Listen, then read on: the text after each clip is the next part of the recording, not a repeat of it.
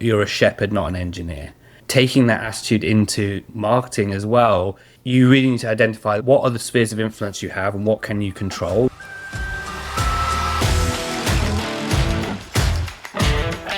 You know those times when a lead comes in and crickets?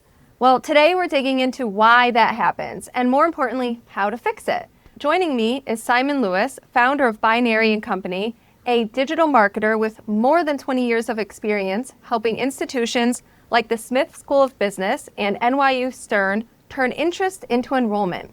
He's here to break down his pillars and layers strategy, a proven approach to building ad campaigns that don't just attract leads, but actually nurture them through every stage of the student decision-making process. Simon, welcome to the show. Yeah, thanks for having me.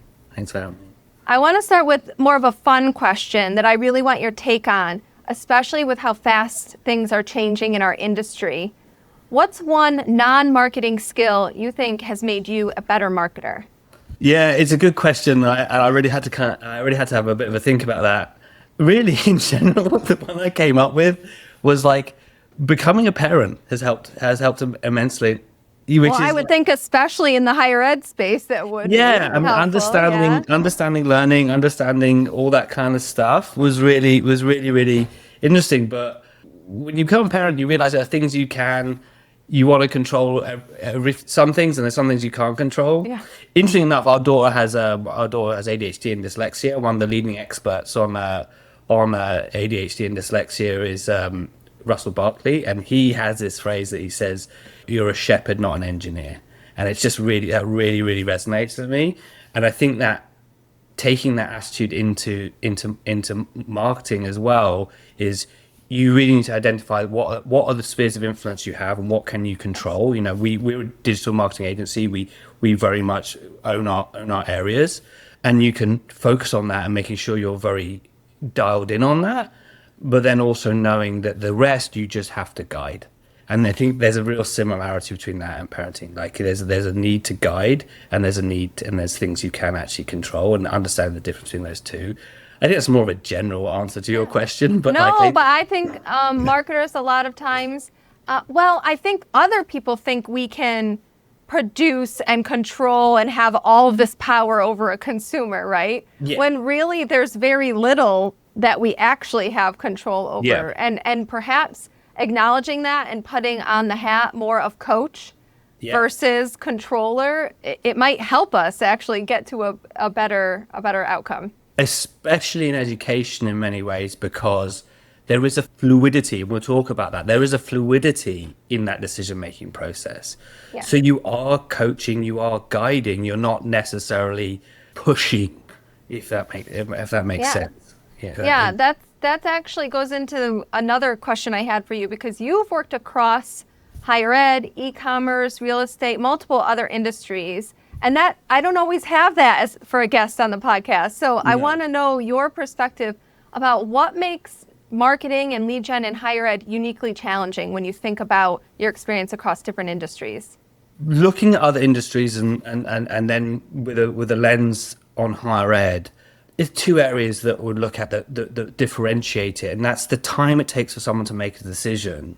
You know, like the length of consideration is significantly longer in higher ed, but also the weight of that decision. We also work in other industries, and I say some of the other industries we work in are those life, what, how, and where. You know, but education is a huge what. It's a huge what. What am I going to do with my life? And that's a massive decision. So it is your identity. It's so tied to your identity of who am I. Yeah, exactly. It's massive, and I think you had a Jeff Holeman. I listened to a show. It was really fascinating, because he was talking about how lead gen is dead, and there's other ways of looking at lead gen. One of the things that he mentioned was that looking at their data, they estimated that the decision-making time was anywhere between 6 and 12 months, which was really interesting to me, because way back in the day when we were working for one of the large Canadian business schools, we had a Google rep come in and talk to us about many different things. They were talking about the different types of technology they would use, but they just happened to drop what they must have seen as an innocuous piece of information, saying that the length of time that they had done an internal study and the length of time it took from someone to show interest to actually apply. So the same kind of time frame that Jeff was talking about was actually 12 to 18 months, they estimated. So even longer. So the interesting thing is, like, when the university first may have that contact is not necessarily when that person is actually making their decision. It's actually a longer time period. And so that's that kind of idea of, like, with this lengthy period, this, this average time period being longer, you do have to have a much more nuanced approach to lead generation. And not only that, but the lead generation is much more fluid. You can expect that decision-making process to be much fluid, because students will go back and forth across different elements of the course, the outcomes they might achieve, what, cost being one of them, or what that's going to do for them in the future. So you have to be able to support across both that length of time, but also those differing purposes, basically.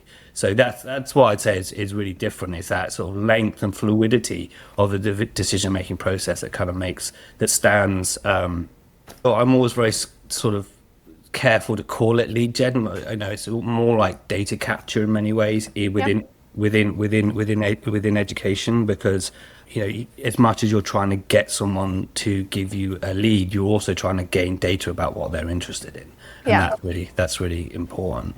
Totally. Meanwhile, it's Prime Day right now on Amazon Prime, and I bought 4 things in about 20 minutes last night that I definitely wasn't even in the market for. So, I mean, it couldn't be more opposite than what we do in higher ed, right? Yeah, exactly. Yeah, they got me. It worked on me for sure.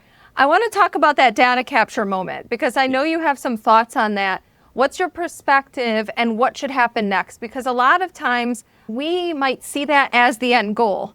We got the form fill, we got the application, we got that data, but now what? What should that moment be like? Yeah, and I think there's a little bit of a throwback question on that. Is it it's kind of like, what form are they filling? And what is the purpose of that form? Because in some ways, you see a lot of this sort of almost like one form to rule them all coming into, you want that RFI form filled. All 30 fields. Yeah, exactly. But it's not necessarily what that potential student is looking for at that time, because there are many different complicated decisions getting made when deciding to take higher ed. You need to be presenting potential students with options to digest the relevant information at different stages of that journey.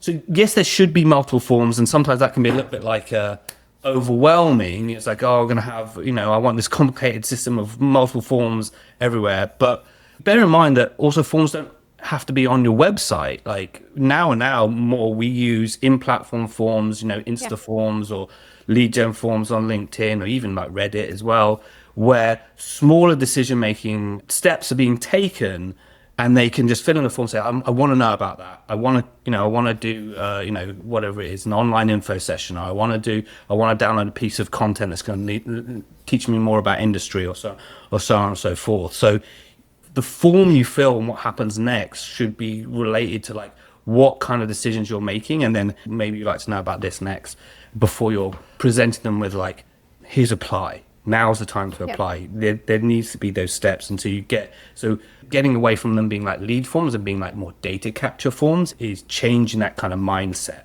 around lead gen in higher ed, really. By the way, the episode that you were talking about, it's episode 70, if anyone's looking for it. And I have a related one about what you're talking about right now on progressive profiling. So go check that one out too. So this idea of sort of progressive data capture is related, but I want to really focus in on this whole idea of pillars and layers. You've piqued my interest in this. So tell us all about it. Tell us where it came from, and how do you apply it? We mentioned it to start with. The genesis came from that very innocuous comment made by the Google rep all those years ago. And really, that time notion that it takes a long time, but pulling that back and saying why, right? Why does it take that time? What are those decision-making steps, and how do they break down and then looking at it and saying, okay, well, they're going to break down differently for different courses and institutions, but then there's also going to be that there's overarching layers between those different steps. So working with institutions to say, what are the pillars that are differentiating factors of your course, and then determining how that might break down into, like, we look at it more along those future and time and cost of the layers that people are gonna dig away at, to say these are the different layers of that decision-making process along that kind of differentiating pillar. So, I think a very common one that you might see across many different institutions is connection to industry. So that's kind of a pillar. Like, what does this course do in terms of its connection to industry? How is it going to help you in that way to gain that connection with industry? And then the layer on that is like, what's the future state that's going to propel me into that industry, that's going to take me forward into the industry? Then kind of like, how is my time spent to help me get into it on that course? And then obviously cost is another piece. So you've got those different pillars, and then there's different kind of layers that come in under those pillars in terms of that moving person forward, understanding how they're going to give that time over, and so on and so forth. So those different types of layers come in that sense. It never ceases to kind of amaze me, like, what we come out with in terms of the different pillars that come up. One of the interesting things that came up recently was we're working with private school in the higher ed space, and they're in the performing arts space. And one of the pillars that came up that I was so surprised at was confidence, which you need to go into the performing arts. But it never really occurred. It's obvious now, but it never really occurred to me. And through that discovery process, understanding that a lot of the potential students would want to connect with the need for confidence to move them into that industry, to understand how the courses break down to give them that confidence to move into the industry, and so on and so forth. So that was one of their pillars, which was really, really interesting for me. I'm hearing this as sort of a cross-section between what the students need to hear about and want to hear about, and then the institutions, like brand pillars that can bring that to life. Because when you say things to me like time and cost, those are things that we just automatically know a student really cares about. Yes. But then it sounds like then you're taking what's special about each institution, and that's what you layer on to exactly sort of the student-centered themes. Then you layer on the institutional themes. Because it's the differentiator of a particular institution, right? That notion of confidence is a differentiator for that particular institution. The fact that someone wants to move into an industry, or the fact that they're going to have to spend time at that institution, is student-centric. But what's institution-centric is those pillars and brand pillars, and breaking them down across those, basically. What I'm hearing is this is how we can fill that space. Yeah. Exactly. Because this is what generates all of that content and messaging that can sustain over this long period of time where we're connecting and engaging with students.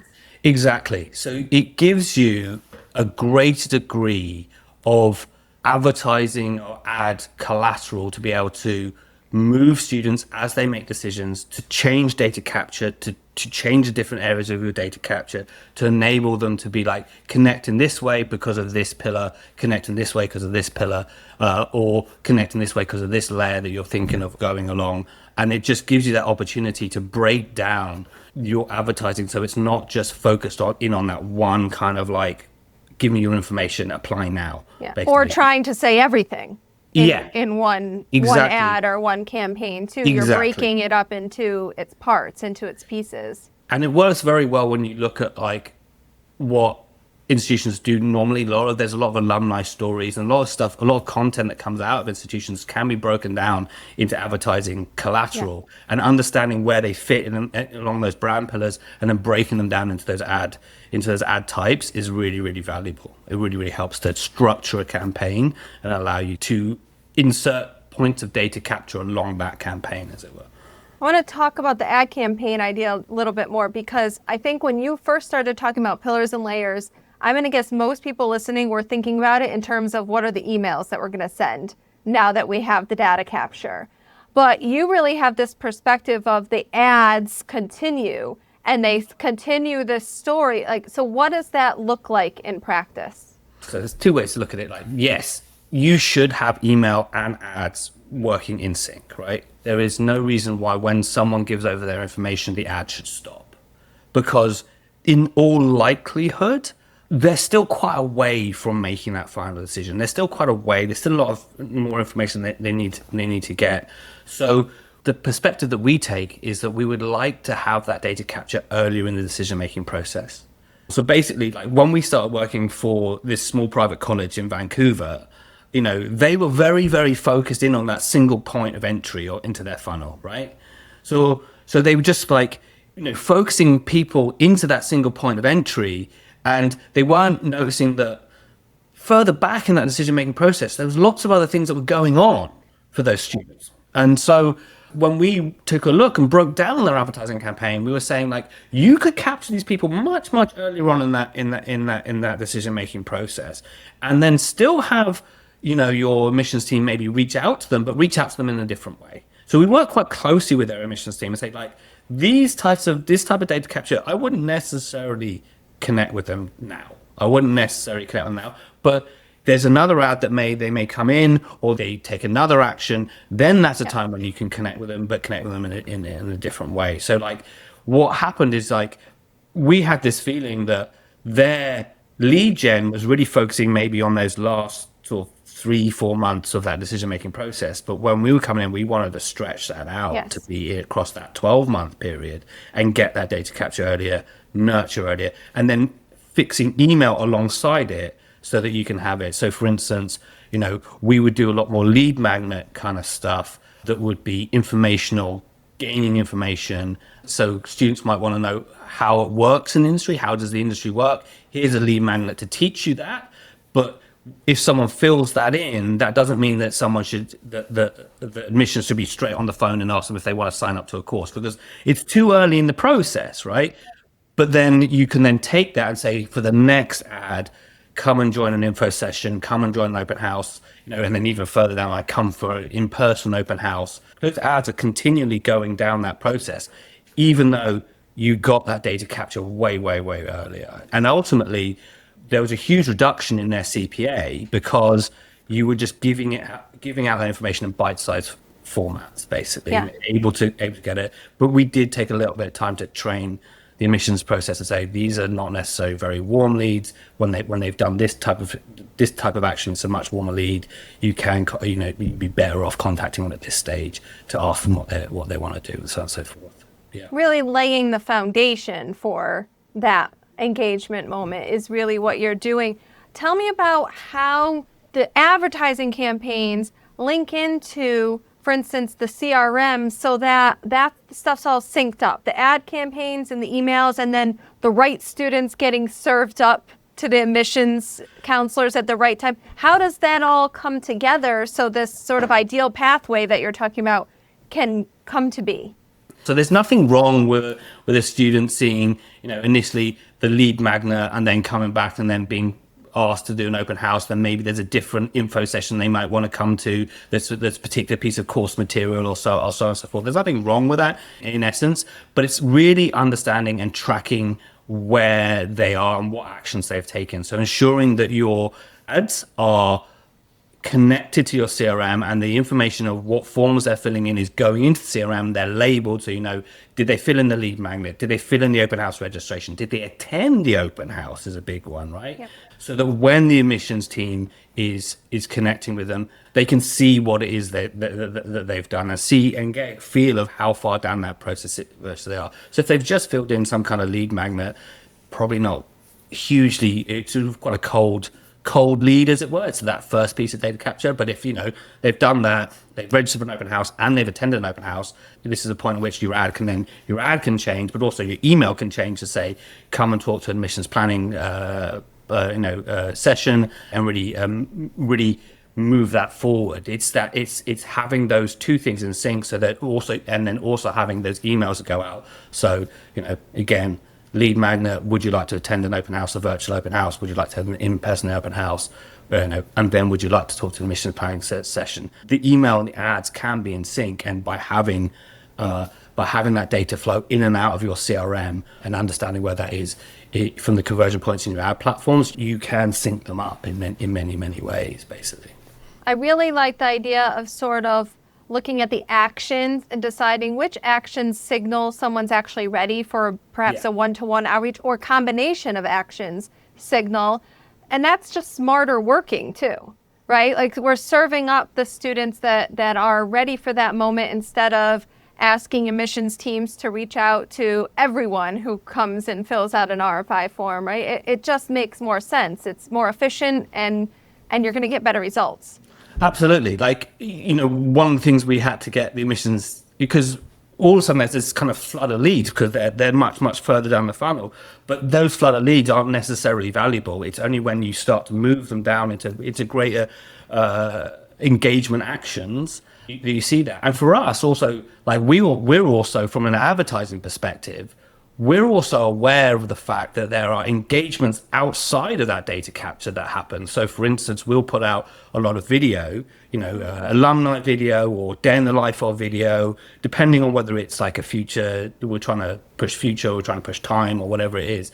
And understanding if students engage with, so they're 30-second videos, 30-second video ads, or so on and so forth. And we know that, like, the average engagement time online is like 8 seconds. So if someone watches a 30-second video ad, they're engaged. Yeah, right? yeah. It doesn't go through to the admissions team, but from an advertising perspective, that's valuable data that we've gleaned about. Like, there's great engagement here. We can then use that type of engagement to say, well, would you like to give us some data capture on this? Would you like to give us, some data capture on that?